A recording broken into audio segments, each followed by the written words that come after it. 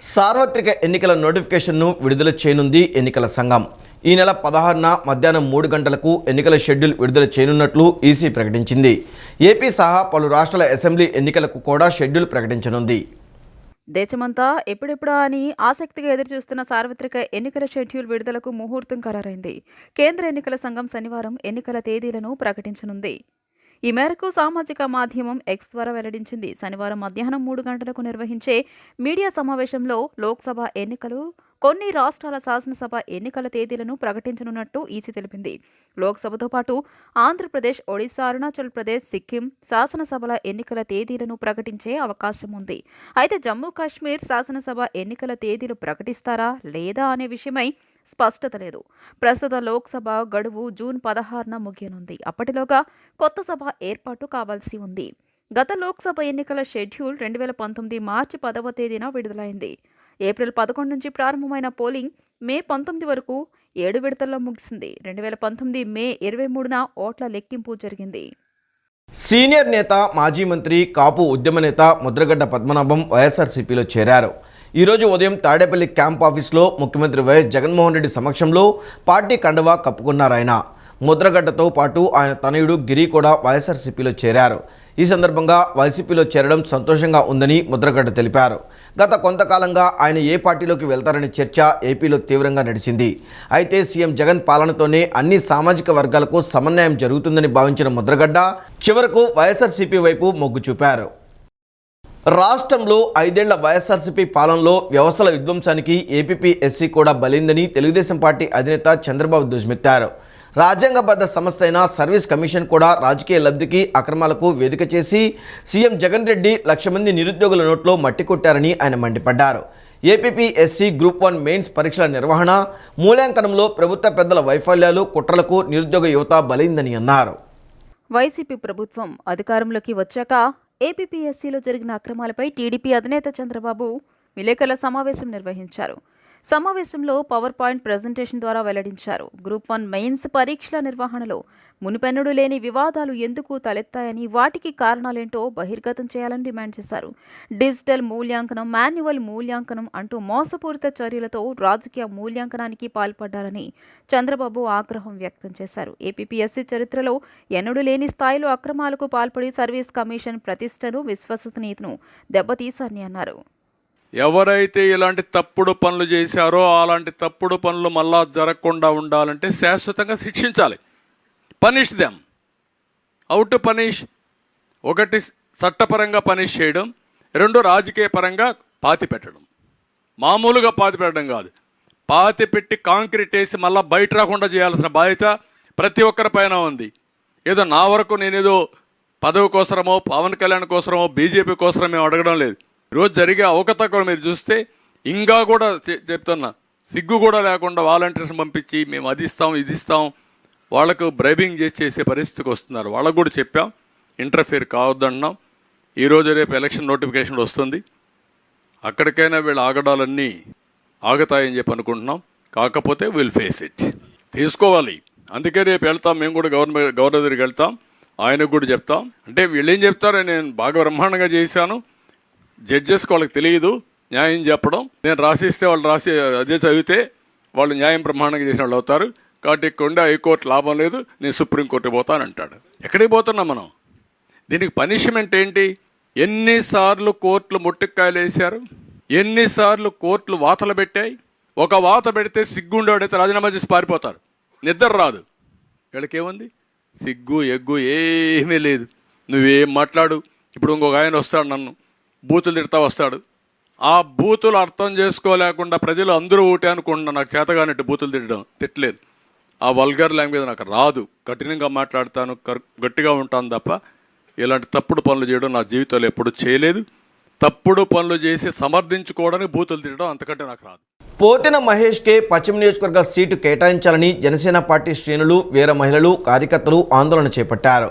పవన్ తమను నమ్మించి మోసం చేశారని ఆగ్రహం వ్యక్తం చేశారు. కార్యకర్తలు ఆందోళన పడవద్దని, తాను జనసేన నుండి పశ్చిమంలో పోటీ చేస్తారని పోతిన మహేష్ స్పష్టం చేశారు.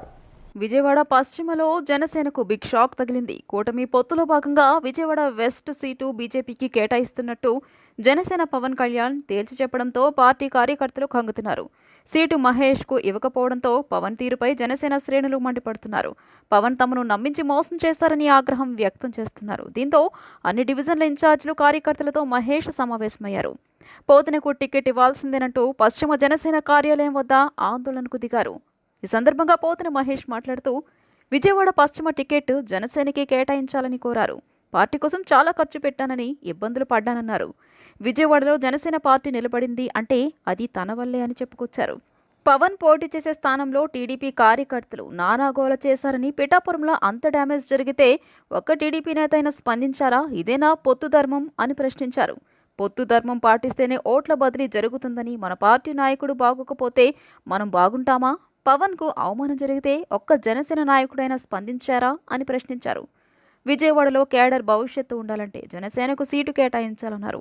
తాను జనసేన నుంచే పోటీ చేస్తున్నానని స్పష్టం చేశారు.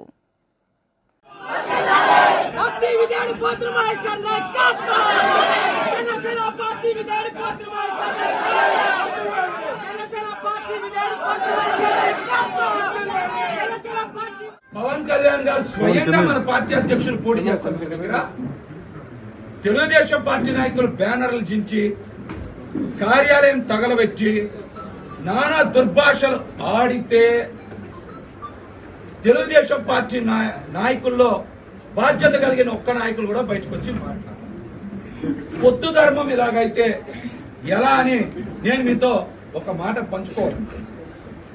ఎందుకంటే పవన్ కళ్యాణ్ గారి మీద ఎవరు మాట్లాడినా మనం స్పందించాం. వైసీపీ నాయకులు మాట్లాడినా స్పందించాం, బయట నాయకులు మాట్లాడినా స్పందించాం. సంచలనం రేపిన గీతాంజలి అనే మహిళ ఆత్మహత్య కేసులో గుంటూరు పోలీసులు కీలక వివరాలు వెల్లడించారు. సోషల్ మీడియాలో ట్రోలింగ్ వల్ల ఆత్మహత్య చేసుకున్నట్లుగా భావిస్తున్న గీతాంజలి కేసుకు సంబంధించి 2 నిందితులను అదుపులోకి తీసుకున్నట్లు పోలీసులు వెల్లడించారు. ఈ మేరకు గుంటూరు జిల్లా ఎస్పీ తుషార్ డుడి నిన్న విలేకరుల సమావేశం నిర్వహించారు. తెనాలి గీతాంజలి కేసులో సంఘటనకు సంబంధించి సోషల్ మీడియాలో రాంబాబు, వెంకట దుర్గారావు అనే 2 అనుచిత పోస్టింగ్లను పెట్టారని అన్నారు. వారిద్దరిని గుర్తించి అదుపులోకి తీసుకున్నట్లు ఎస్పీ చెప్పారు. వారిని రిమాండ్ కోసం మేజిస్ట్రేట్ ఎదుట ప్రవేశపెడుతున్నట్లు చెప్పారు. సోషల్ మీడియాలో వచ్చిన ట్రోలింగ్స్ వల్ల మహిళలు, యువత ఎటువంటి ఆత్మహత్యలకు గురికావద్దని ఎస్పీ తుషార్ డుడి వెల్లడించారు. మేము కూడా చదివాము. అరౌండ్ 30 to 40 పేజెస్ మన దగ్గర ఇప్పటి వరకు ప్రింట్అవుట్స్ ఉన్నాయి. సోషల్ మీడియా డేటా చూస్తే హండ్రెడ్స్ ఆఫ్ అకౌంట్ ఉన్నాయి. దాంట్లో 60 అకౌంట్స్ ఇలాంటివి ఉన్నాయి. చాలా ఆ లాంగ్వేజ్ మీరు చదివితే కూడా చాలా బాధగా ఉంది. ఇది అంతా చేసిన తర్వాత బ్యాక్ గ్రౌండ్ కి వెళ్ళి ఆ అకౌంట్ ఎవరు ఆపరేట్ చేస్తున్నాడు, ఎక్కడ ఉంటాడు, టీమ్స్ పెట్టాము. దాంట్లో కొంతమంది ఇప్పటి వరకు ఐడెంటిఫై అయ్యారు. ఆ కొంతమందిలో 2 ఈరోజు Rambabu son of Ramachandrarao age 46 plus Venkat Durgarao son of Apparao age 31 years ని కస్టడీలో తీసుకోవడం జరిగింది. పేదింటి మహిళ గీతాంజలి మరణానికి టీడీపీ, జనసేన పార్టీలే కారణమని, ఆమె మృతికి కారణమైన వారిని చట్టరీత్యా కఠినంగా శిక్షించాలని డిప్యూటీ మేయర్ అవుతు శ్రీశైలజ డిమాండ్ చేశారు. పేదలకు మంచి చేస్తున్న ప్రభుత్వం గురించి మాట్లాడడమే ఆమె చేసిన తప్ప అని ప్రశ్నించారు. ఆమె కుటుంబానికి అండగా వైసీపీ ఉంటుందని స్పష్టం చేశారు.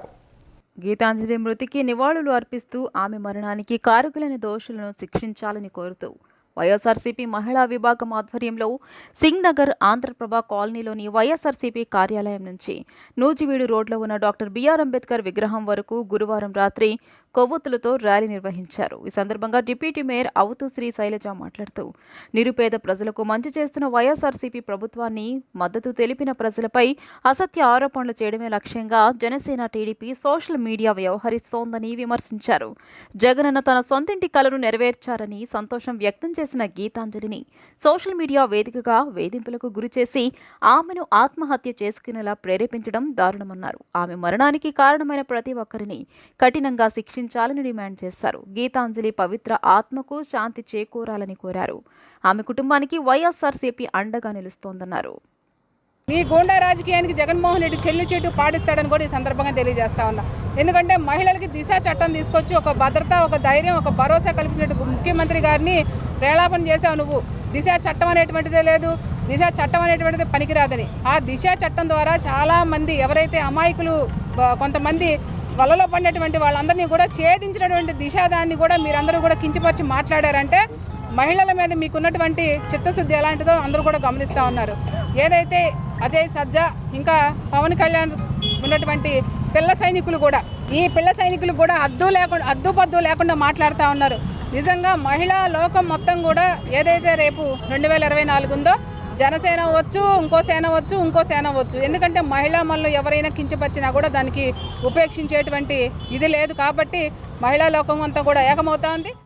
వైసీపీ సోషల్ మీడియా కార్యకర్త గీతాంజలిని వైసీపీనే హత్య చేసిందని తెలుగు మహిళా రాష్ట్ర అధ్యక్షురాలు వంగలపూడి అనిత ఆరోపించారు. జగన్మోహన్ రెడ్డి తన రాజకీయ లబ్ధి కోసం ఎంతకైనా దిగజారుతాడని, ఆడపిల్ల చావును కూడా శవరాజకీయాలకు వాడుకుంటాడని చెప్పడానికి గీతాంజలి మృతిపై చేస్తున్న శవరాజకీయమే నిదర్శనమంటూ మండిపడ్డారు. గీతాంజలి మృతిపై తెలుగు మహిళా రాష్ట్ర అధ్యక్షురాలు వంగలపూడి అనిత స్పందించారు. గీతాంజలి అనుమానాస్పదంగా చనిపోయిందని ఒకసారి, హత్య అని ఒకసారి, ఆత్మహత్య అని ఒకసారి, ఇలా రకరకాలుగా వైసీపీ నేతలు మాట్లాడుతున్నారని విమర్శించారు. యూట్యూబ్లో చిన్న వీడియోలు చేసుకునే గీతాంజలి బాగా మాట్లాడుతుందని గుర్తించిన వైసీపీ నేతలు ఆమెతో కొన్ని వీడియోలు చేయించి డబ్బు ఇచ్చేవారని అనిత తెలియజేశారు. ప్రతిరోజు తెనాలి నుంచి విజయవాడకు జన్మభూమి ఎక్స్ప్రెస్లో వస్తుండేదని, రోజువారీ ఖర్చుల కోసం గీతాంజలికి వైసీపీ అకౌంట్ నుంచి డబ్బులు వెళ్లేవి అన్నారు. 7వ తేదీన గీతాంజలి చనిపోయింది అన్నారు. ఆమెతో పాటు తెనాలి రైల్వే స్టేషన్లోనే ఉన్న ఆ ఇద్దరి పేర్లు ఎందుకు బయట పెట్టడం లేదు, సీసీ ఫుటేజ్ ఎక్కడ ఉందని ప్రశ్నించారు. చనిపోయాక కూడా ఆమెను గుర్తు తెలియని శవంగా 2 రోజులు ఆసుపత్రిలో ఎందుకు అట్టిపెట్టారని అనిత ప్రభుత్వంపై ధ్వజమెత్తారు. 7న చనిపోతే గీతాంజలి చనిపోయింది 11న. ఆమె భర్తతో టీడీపీ ట్రోల్స్ వల్లే చనిపోయిందని కంప్లైంట్ ఇప్పించారు. నారా లోకేష్ అకౌంట్ నుంచి ట్వీట్ పెట్టినట్లు ఒక ఫేక్ ట్వీట్ పెట్టి ఆడపిల్ల చావును కూడా మీ రాజకీయాలకు వాడుకునే ప్రయత్నం చేశారని ఆగ్రహం వ్యక్తం చేశారు. శవాలతో రాజకీయాలు చేయడం జగన్ రెడ్డికి బాగా అలవాటు. బాబాయ్ హత్య, కోడికత్తి అంశాల్లోనూ ఇదే విధంగా చేశారని పేర్కొన్నారు. గీతాంజలిని బలి తీసుకుని ప్రచారానికి వాడుకుంటున్నారని మండిపడ్డారు. ఆడబిడ్డ చావును వదలని జగన్ రెడ్డిని ఏమనాలో అర్థం కావడం లేదని, జగన్ రెడ్డికి అతి త్వరలో ప్రజలే బుద్ధి చెప్తారని తెలుగు మహిళా అధ్యక్షురాలు వంగలపూడి అనిత హెచ్చరించారు.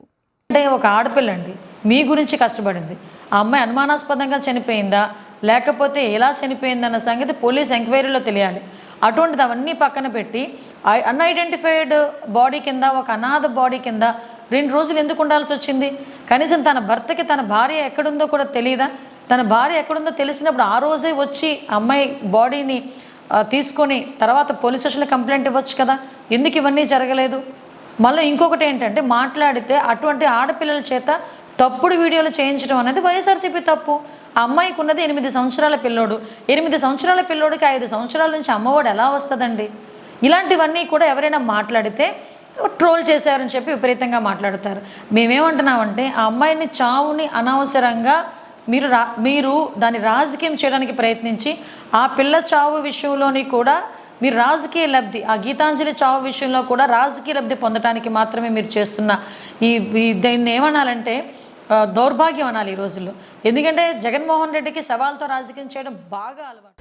ఈ నెల 17న చుట్టుకుంట టింబర్ మర్చెంట్స్ అసోసియేషన్ హాల్లో జరిగే యాదవ బీసీల ఆత్మీయ సమావేశాన్ని జయప్రదం చేయాలని సెంట్రల్ టీడీపీ అభ్యర్థి బొండా ఉమామేశ్వరరావు పిలుపునిచ్చారు. బీసీల అభ్యున్నతికి కృషి చేసిన ఏకైక ప్రభుత్వం టీడీపీ అని గుర్తు చేశారు. వైసీపీ హయాంలో బీసీలు అనగదొక్కబడ్డారని, వారికి పూర్వ వైభవం రావాలంటే టీడీపీ, జనసేన, బీజేపీ ప్రభుత్వాన్ని గెలిపించాలని కోరారు. ఈ నెల 17న జరగనున్న విజయవాడ సెంట్రల్ నియోజకవర్గ యాదవ బీసీల ఐక్యవేదిక సదస్సుకు సంబంధించిన కరపత్రాన్ని టీడీపీ ఎమ్మెల్యే అభ్యర్థి బోండా ఉమామహేశ్వరరావు ఆవిష్కరించారు. ఈ కార్యక్రమంలో యాదవ బీసీ సంఘాల ప్రతినిధులు పాల్గొన్నారు. ఈ సందర్భంగా బోండా ఉమామహేశ్వరరావు మాట్లాడుతూ బీసీల అభ్యున్నతికి కృషి చేసిన పార్టీ టీడీపీ అని గుర్తు చేశారు. బీసీల కోసం గత టీడీపీ ప్రభుత్వం అనేక సంక్షేమ పథకాలు ప్రవేశపెట్టిందని అన్నారు. తెలుగుదేశం హయాంలో బీసీలకు ఆత్మగౌరవం ఉండేదని, వైసీపీ హయాంలో బీసీలు అణగదొక్కబడ్డారని అన్నారు. బీసీలకు మళ్లీ పూర్వ వైభవం రావాలంటే టీడీపీ, జనసేన, బీజేపీ ప్రభుత్వాన్ని గెలిపించాలని కోరారు. ఈ నెల 17న జరిగే సభను జయప్రదం చేయాలని పిలుపునిచ్చారు. బీసీల అభ్యున్నతి కోసం, బీసీల ఆర్థిక అభివృద్ధి కోసం ఎన్నో కార్యక్రమాలు చేశాం. జగన్మోహన్ రెడ్డి ఒక్క ఛాన్స్ ఇవ్వండి వచ్చినాక ఇవాళ బీసీలకు అన్ని రకాలుగా అణగదొక్కబడ్డారు. ఈ 5 సంవత్సరాల పరిపాలనలో అందుకనే బీసీ వర్గాలన్నీ కూడా మళ్ళీ వాళ్ళ పూర్వ వైభోగం కోసం అన్ని రకాలుగా మరి జనసేన, తెలుగుదేశం, బీజేపీ కూటమికి సపోర్ట్ చేస్తూ ఉన్నారు. ఈ నియోజకవర్గంలో మా బీసీ పెద్దలు, మా బీసీ సోదరులు వన్ సైడ్గా ఉన్నారు. రాష్ట్రంలో కూడా బీసీ సోదరులు బీసీ నాయకులందరూ కూడా విజ్ఞప్తి చేస్తూ ఉన్నాం. మన బీసీల ఐక్యత కోసం, బీసీల భవిష్యత్తు కోసం అందరూ కూడా ఏకం కండి.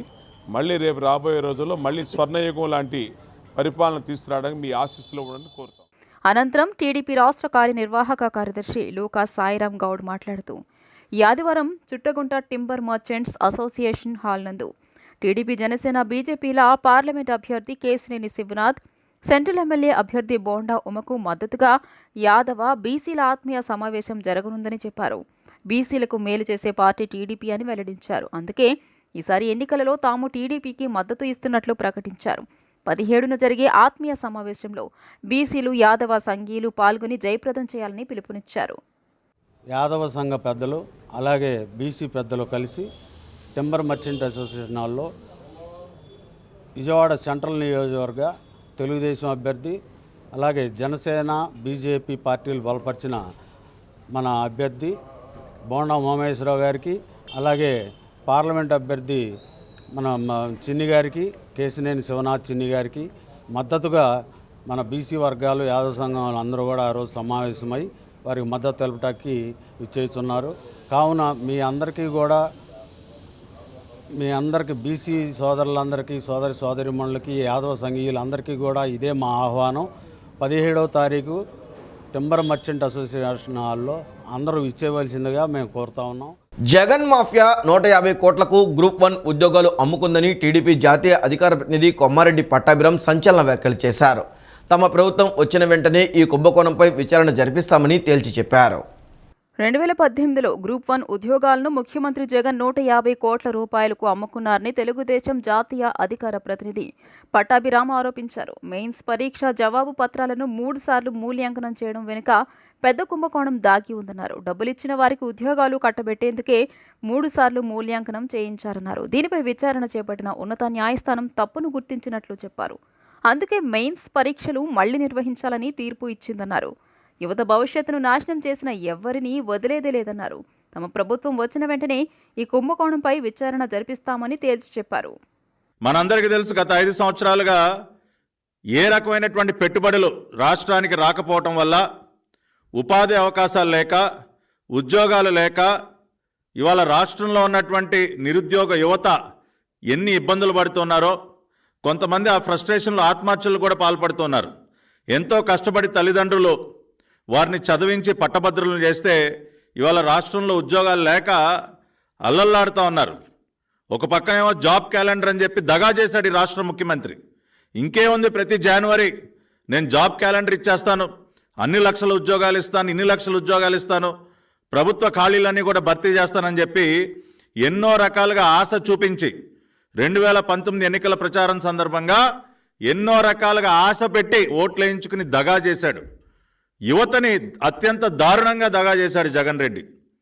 ఏ ఉద్యోగాల ఆశ చూపించి ఆనాడు యువత యొక్క ఓట్లు పొంది ముఖ్యమంత్రి అయ్యాడో, ఈ రోజున అదే యువతని ఉద్యోగాలు లేకుండా చేయటమే కాకుండా వారికి దక్కాల్సినటువంటి ప్రభుత్వ ఉద్యోగాల్ని మార్కెట్లో తెగ నమ్ముకున్నాడు. టీడీపీ, జనసేన ఉమ్మడి ప్రభుత్వం అధికారంలోకి రాగానే సూపర్ 6 పథకాలు అమలు చేసి అన్ని వర్గాల సంక్షేమానికి పెద్దపీట వేయడం జరుగుతుందని బోండా సిద్ధార్థ తెలిపారు. వైసీపీ హయాంలో నిత్యావసర ధరలు విపరీతంగా పెరిగాయని ఆరోపించారు. బోండా ఉమా ప్రజల మనిషిని, రాబోయే ఎన్నికల్లో గెలుపు ఖాయమన్నారు. విజయవాడ సెంట్రల్ నియోజకవర్గం 60వ డివిజన్ వాంబే కాలనీలో బోండా ఉమామహేశ్వరరావు తనయుడు బోండా సిద్ధార్థ ఎన్నికల ప్రచారం నిర్వహించారు. ఇంటింటికి వెళ్లి సూపర్ 6 పథకాలను వివరిస్తూ ఓట్లను అభ్యర్థించారు. అనంతరం మీడియాతో మాట్లాడుతూ సంక్షేమ పథకాలను ప్రవేశపెట్టింది టీడీపీ అని గుర్తు చేశారు. టీడీపీ, జనసేన, బీజేపీ ఉమ్మడి ప్రభుత్వం అధికారంలోకి వచ్చిన వెంటనే సూపర్ 6 పథకాలను అందించి ప్రజలకు మేలు చేస్తామని హామీ ఇచ్చారు. పెరిగిన ధరల పట్ల ప్రజలు ఆగ్రహం వ్యక్తం చేస్తున్నారని, చెత్తపై పన్ను వేసిన ప్రభుత్వాన్ని ఇప్పుడే చూస్తున్నామని ప్రజలు చెబుతున్నారని అన్నారు.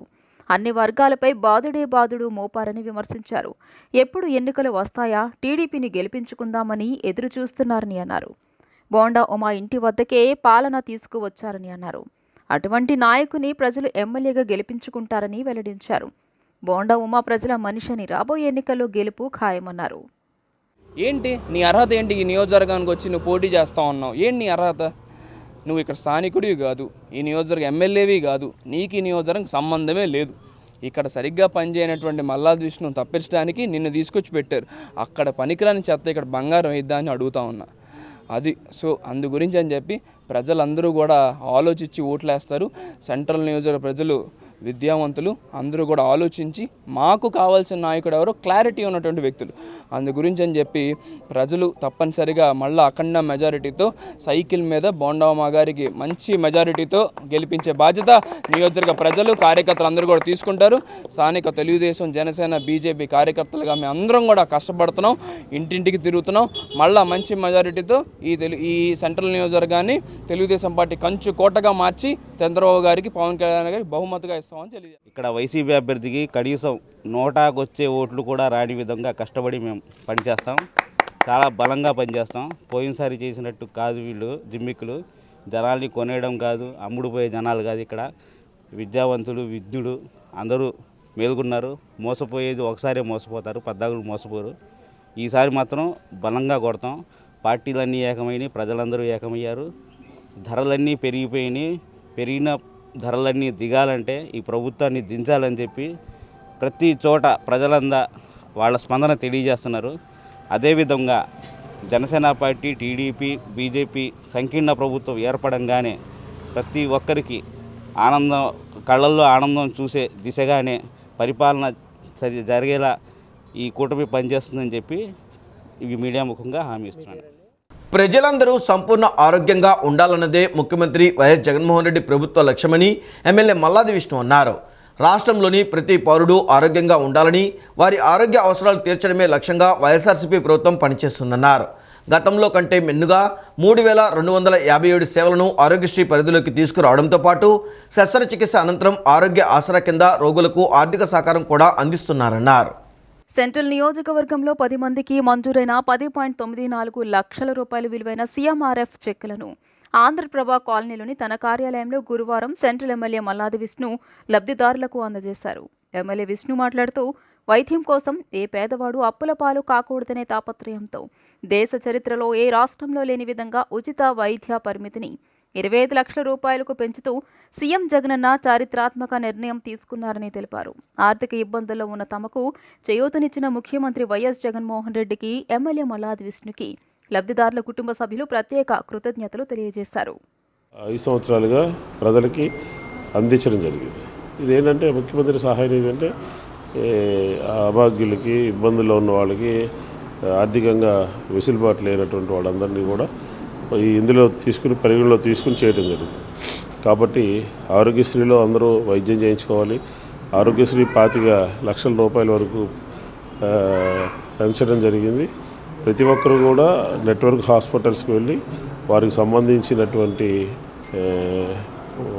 వైద్యాన్ని ఆ హాస్పిటల్స్కి వెళ్ళి చేయించుకోవాలని చెప్పి ఈ సందర్భంగా కోరుతూ, ప్రభుత్వము చాలా ఉదారంగా ముఖ్యమంత్రి సహాయ నిధి నుంచి అందరికీ కూడా చెక్కుల్ని అందించడం జరిగింది అని చెప్పి ఈ సందర్భంగా. ఈ వార్తలు ఇంతటితో సమాప్తం. నమస్కారం.